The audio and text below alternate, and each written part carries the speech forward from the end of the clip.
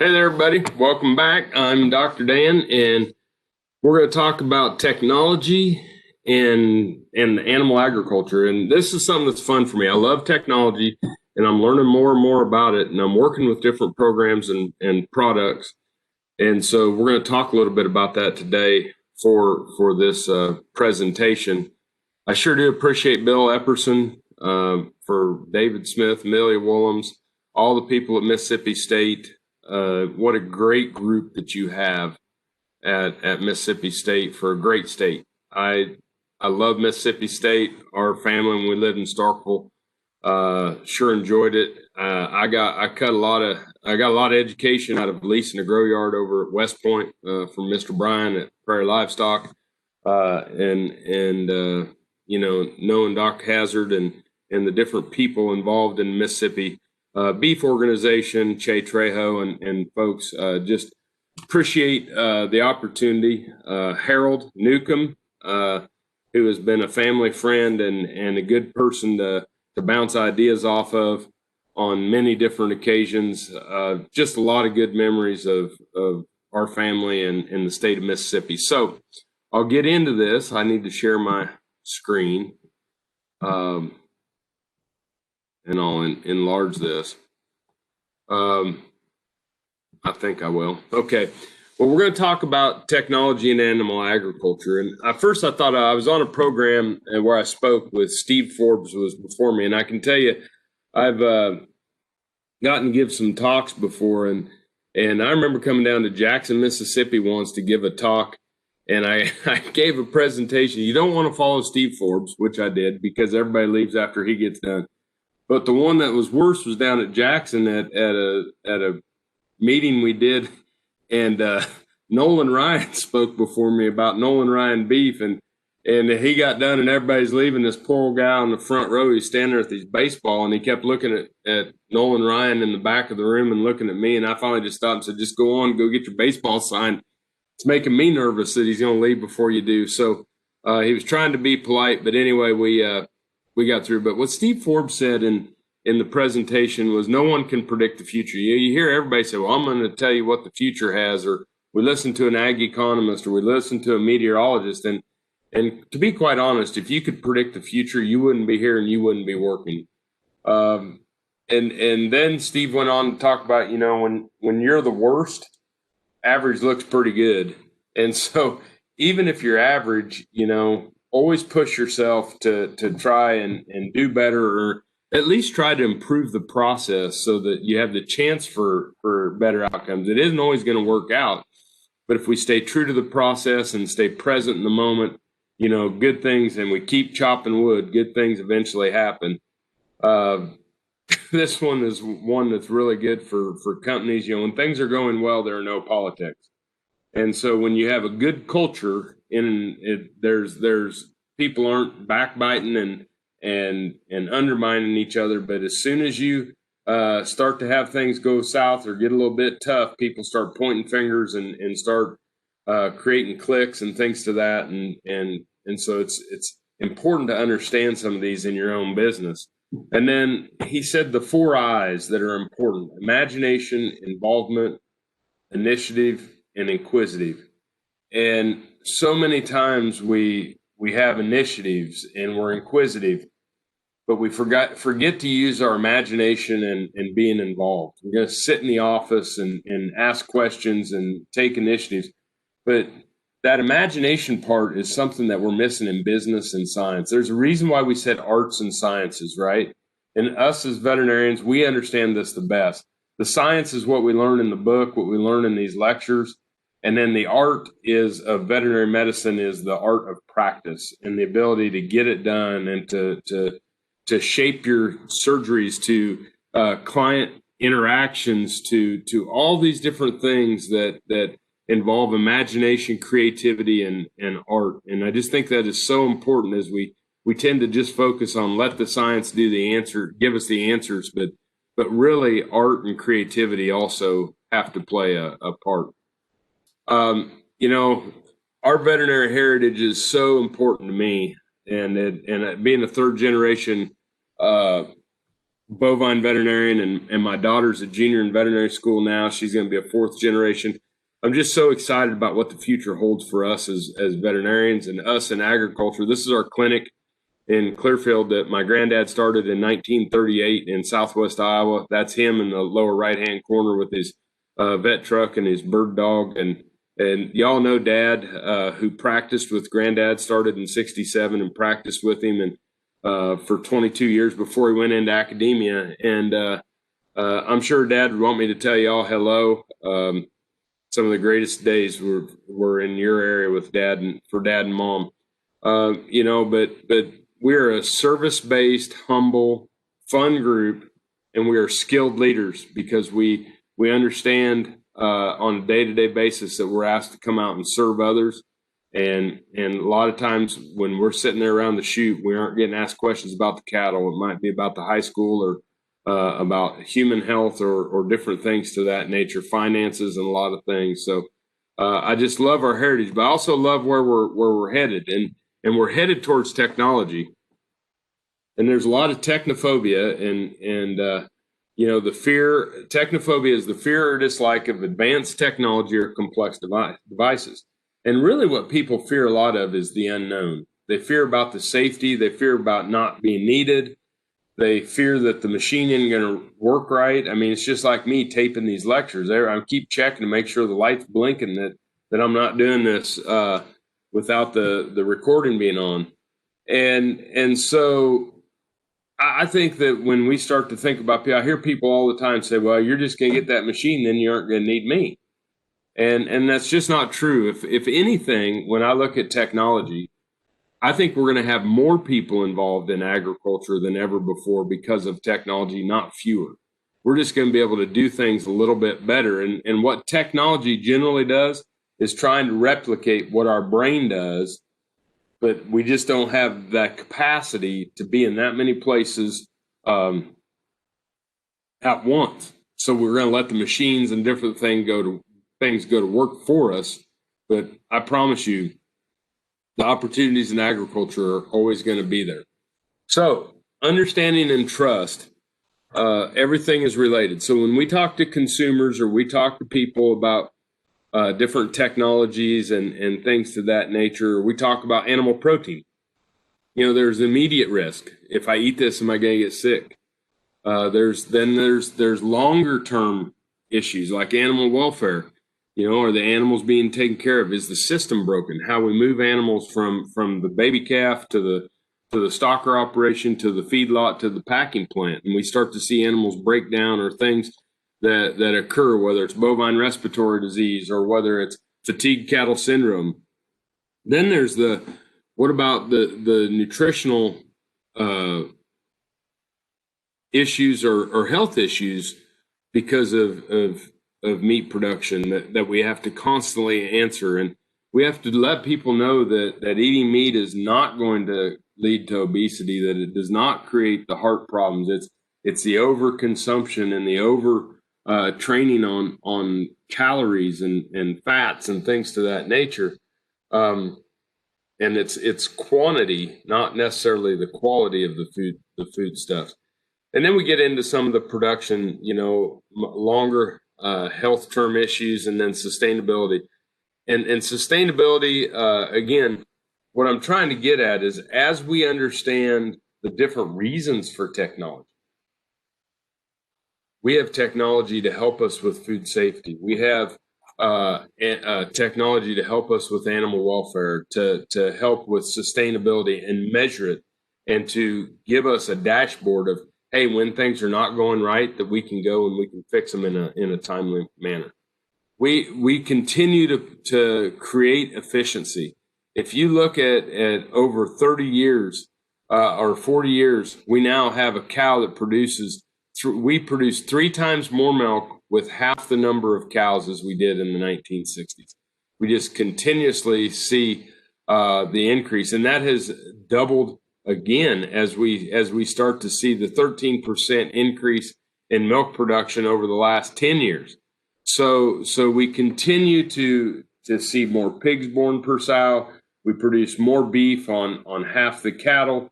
We produce 3 times the milk on half the cows, all aquaculture, all of these different groups, because of our genetic improvements, because of our housing improvements for animals, because of our nutrition and prescriptive nutrition, all of these things have been the advancement of technology, whether it's genetics, embryo transfer, artificial insemination, and just because we're getting into some more mechanized technology doesn't mean it's any better or any worse. It's just something that we're going to be able to use to continue to produce safe, wholesome, nutritious, and affordable food.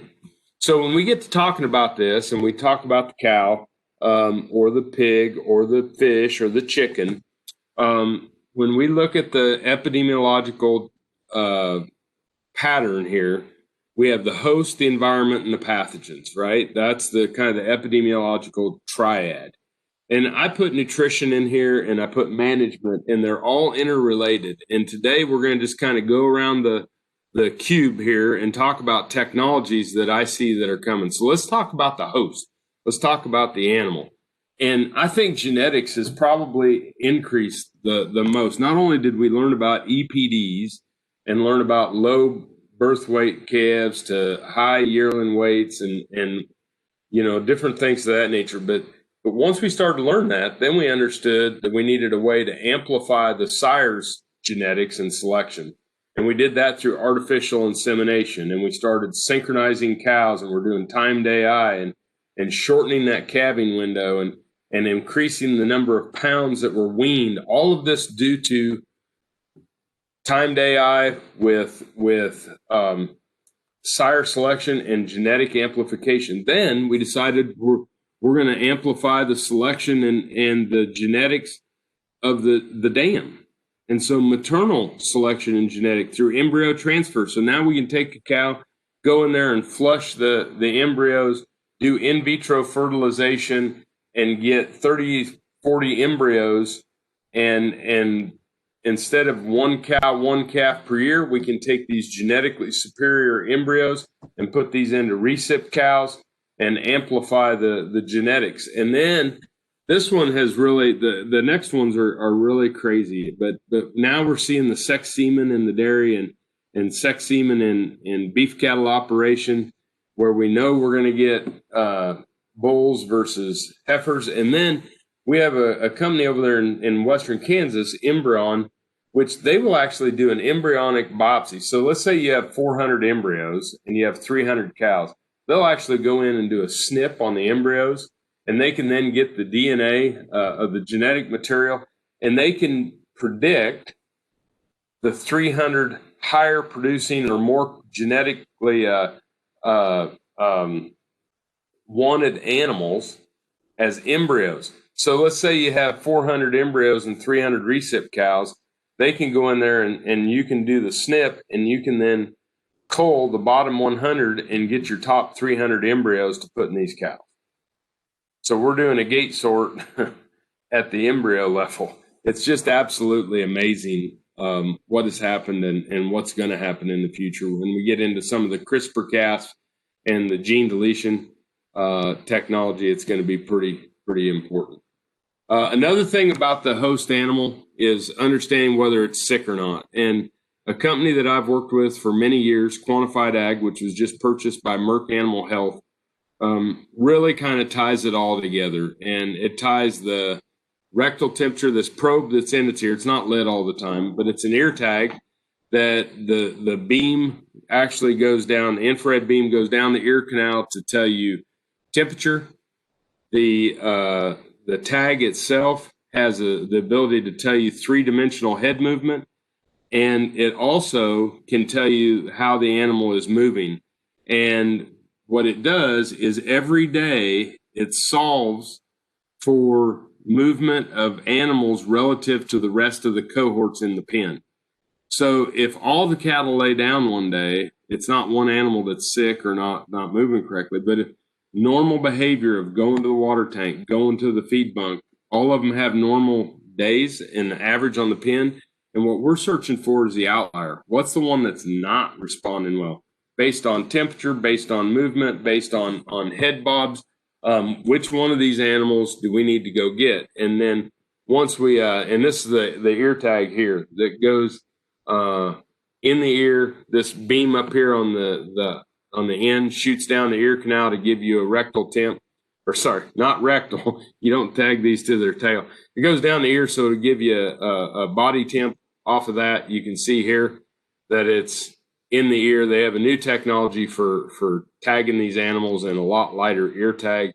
But I want you to see the concept. And then they collect the health data. And then once you have the data, it sends it to your phone, and it tells you which animal's not acting correctly, and it tells you what pen it's in. And then when you go into the pen, what you see is the ear tag glowing, and you know which animal to go get.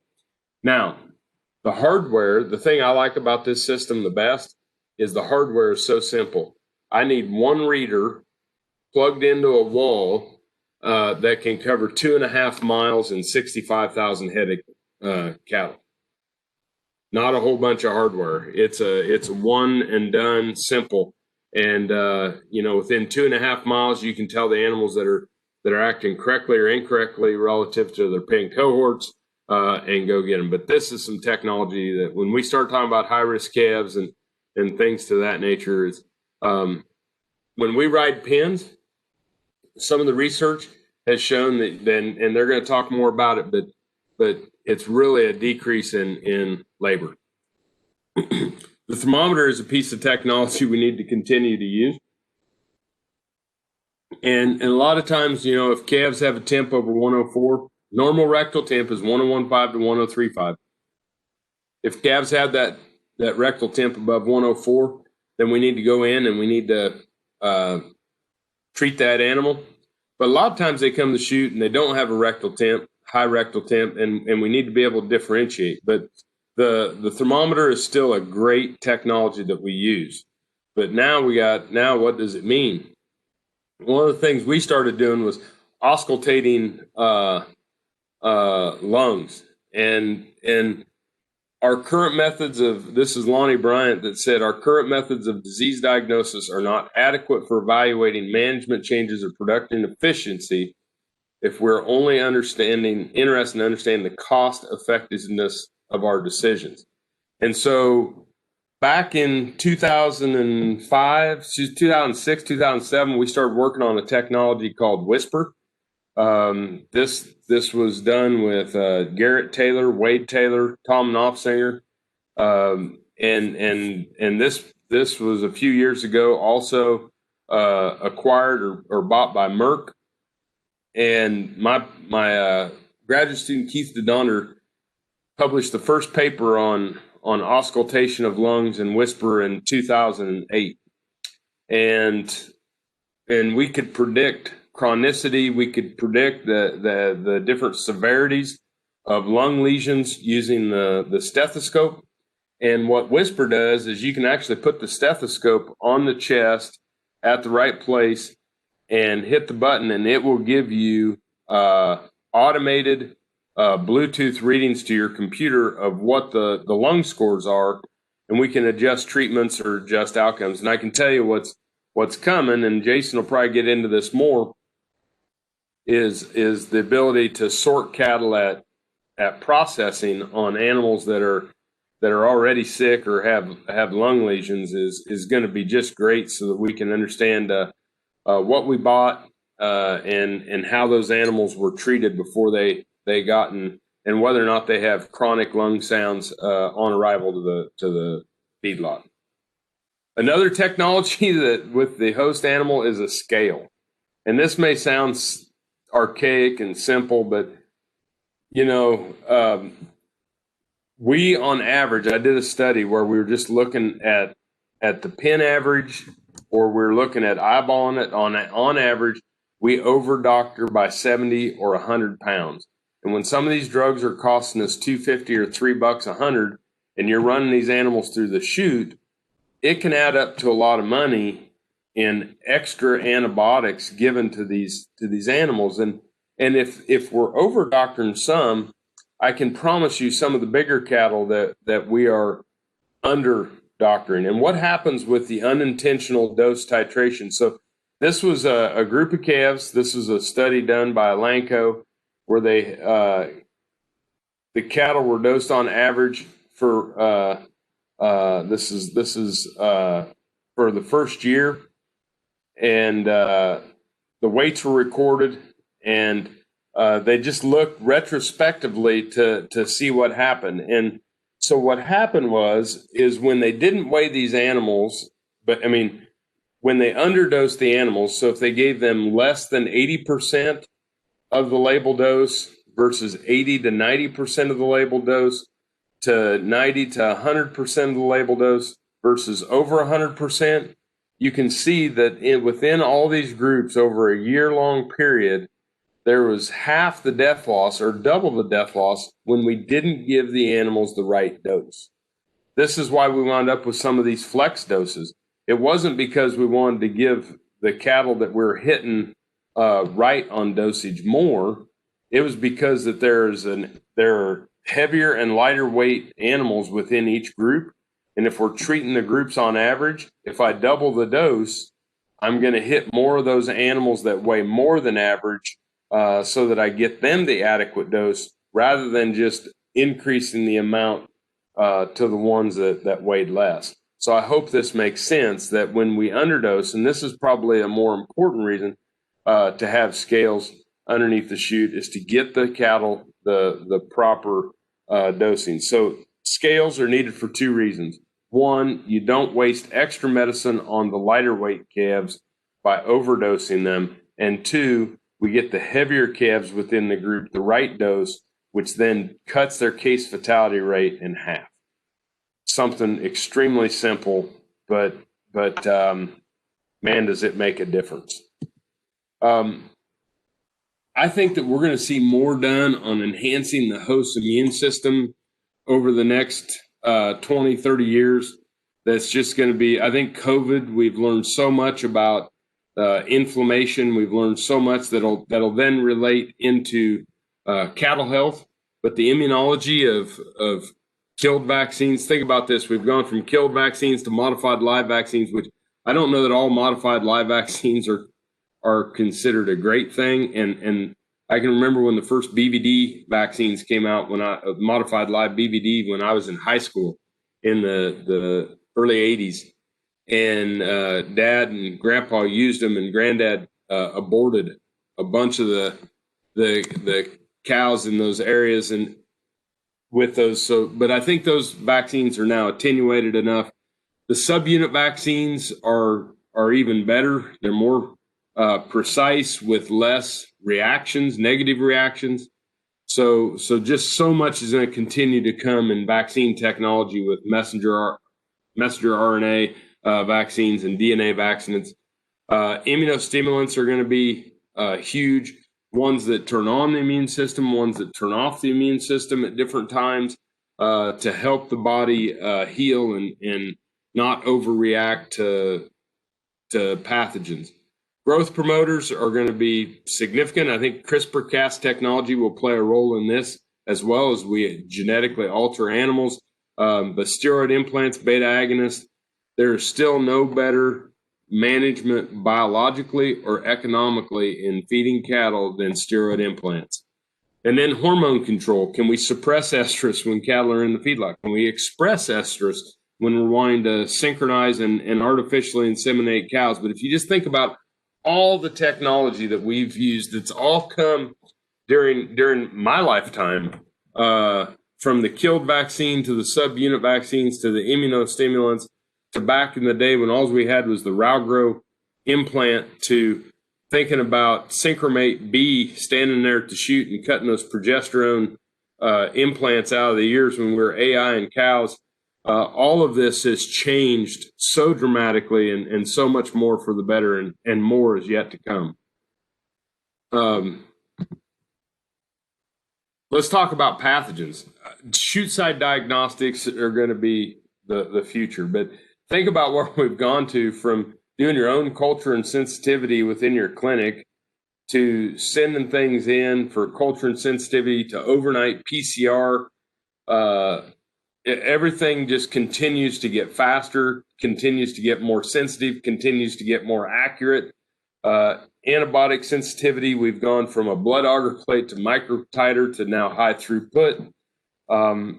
Shoot side diagnostics, whether it's a thermometer to using whisper technology or the BVD shoot side test, so much is going to change in our ability to diagnose things in the field. Pregnancy testing on cattle has changed. We've all thrown out our shoulders and wrecked our bodies doing rectal palpation. There's still a lot of people still doing it, but now we're moving to the ultrasound, and not only are we using the ultrasound and we aren't blowing our shoulders out, now we have people going in for Tommy John surgery with their elbow from using the ultrasound and their elbow. To, I really think, is what we see in the dairy with the blood test or the milk test for pregnancy.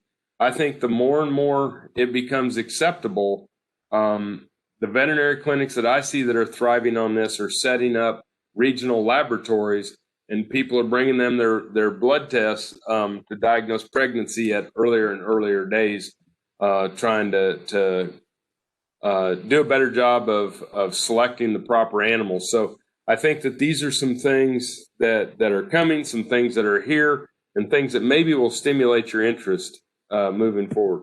Nutrition, I'm not going to dwell on this a lot, but we're going to see a lot done with designer nutrition and precision feeding, and whether it's feeding programs for sows or feeding programs, it might be automated systems for feeding. It might be titrated systems for feeding to not overfeed, not underfeed. We have scales underneath animals now with grow safe technology and different things to that nature. But the one that I just keep going back to is we feed these captive salmon, these little bitty fingerling fish. And so they'd go get these fingerling fish and throw these fingerling fish into a thing where the captive salmon are. And this guy at Nebraska just took the chemical composition and the fatty acid profiles and the protein profiles of those fingerling fish, and he made a genetically modified soybean that matched exactly the chemical composition of those little fingerling fish. And now they can feed these genetically modified soybeans to captive salmon. The feeds, the feedings, the things that the nutraceuticals are going to be tremendous in the future as we move forward. And then we'll get to environment. The reason why hogs are in Iowa is because they're all indoors, and the corn is in Iowa and the water's in Iowa. As you improve housing and as you take cattle or fish or obviously we don't have a lot of fish in Iowa because it freezes. But as you remove the environmental issue, animals are going to move to where there is feed and water. So we have done so much in environmental understanding, with poultry and with swine, and what we're seeing now with cattle being fed indoors, getting them away from ultraviolet rays and the sun, getting them into a place where there's no heat stress, keeping them out of mud. All these different things are part of what we're seeing in San Francisco. If we go from cage-free, if we go from conventional poultry production for the 40 million Californians that eat 10 billion eggs a year, we would need to go from 320 acres using our hens and our cage system to 30,000 acres that are the size of the city of San Francisco if we go to cage-free. And a lot of times we think that, hey, by going cage-free or taking these animals outdoor, we're actually improving their life. And the chicken is the direct descendant of the red jungle fowl. And the red jungle fowl wants to live in the jungle. They want to be outside. They want to be moving. They want to be able to hide. And what we do with these free-range chickens is we mow the grass off, put chicken wire up, and we kick them outside. And the next thing you know, the studies done in England is you put a chicken out there on a flat place in the middle of nowhere, their heart rate goes to quite a bit higher because they're stressed, because they're worried about being preyed upon. Hey, when you're a kid on the end of the diving board and didn't jump in, what did people call you? They called you chicken, because chickens are chicken. They're afraid of everything because the chickens are always the prey. and they're always on the lookout for something going to get them. And so we take them outside that cage. We put them out into the open. They're like, I want back in the cage, because the cage protects them from outside. My buddy told me, he says, I don't buy that. And I said, hey, how about this? I said, you don't think chickens want to be in the cage? He goes, no, I think they want to be out and be free. And I said, I'll tell you what, we're going to go scuba diving some place where there's a lot of sharks in the water. And I'm going to get inside a cage with my scuba gear on, and they're going to lower me down into the water, and the sharks are going to swim around. Now, we're going to put the gear on you and kick you out the boat, and we're going to let you do some free-range scuba diving. Temple Grandin said, a chicken outside of the cage, it feels like you and I get in a hotel room on the bad side of town that doesn't have a door. It helps animal comfort. It helps animal performance. We can regulate the thermal neutral zone. We protect them, and we prevent disease spreading in the environment. So many good things are coming. You'll see more on animal comfort and housing in the future than you could ever have dreamed. Management-wise, we have surveillance. We can surveil people in packing plants 24 hours a day. We have cameras in processing barns of feedlots. We have cameras at dairies. We can GPS track people. We can GPS track cattle. We can tell where people are going during the day. This lean systems management, just how can we do things and process things better? You're going to see more robotics. I just saw the first robotic squeeze chute that actually has nobody running the head gate or the tailgate, and it works on light beams as the cattle come through the chute and catches them. So you're going to have robotic squeeze chutes. We have robotic milkers. They're going to talk more and more about animal surveillance in the other presentations today.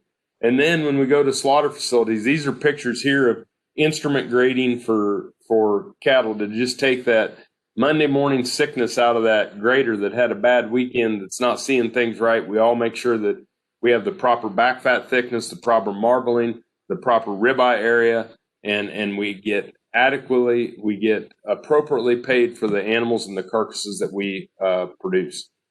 Telemedicine, I'm telling you, even in veterinary medicine, we better get on the stick, because it's now approved for human medicine in nearly all 50 states. COVID has pushed us that way.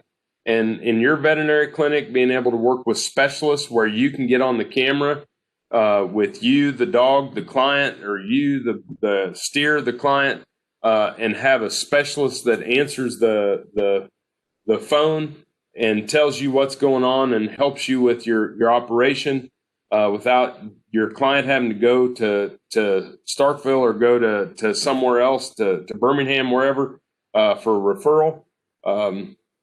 Gonna improve your life, gonna improve practitioners' abilities to do things and serve clients better. Triage and emergencies. I think this might be part of our answer on some of our emergency calls, is a place where people can call in and at least have a peace of mind to get them through the morning with their pet or their animal. Again, just because we have technology doesn't mean we don't need people. We're already at 1.7% of our Americans farm and ranch. We can't go much slower than that anyway.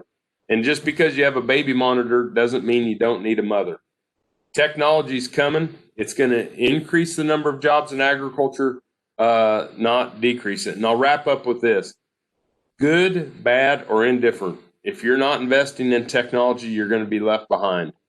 All of this is going to be used to improve human and animal health. And I just thank you so much for this presentation, allowing me to be here in Mississippi. I wish I was there in person. I love coming down there and good friends and good food and just good memories. So we'll see y'all here after a bit.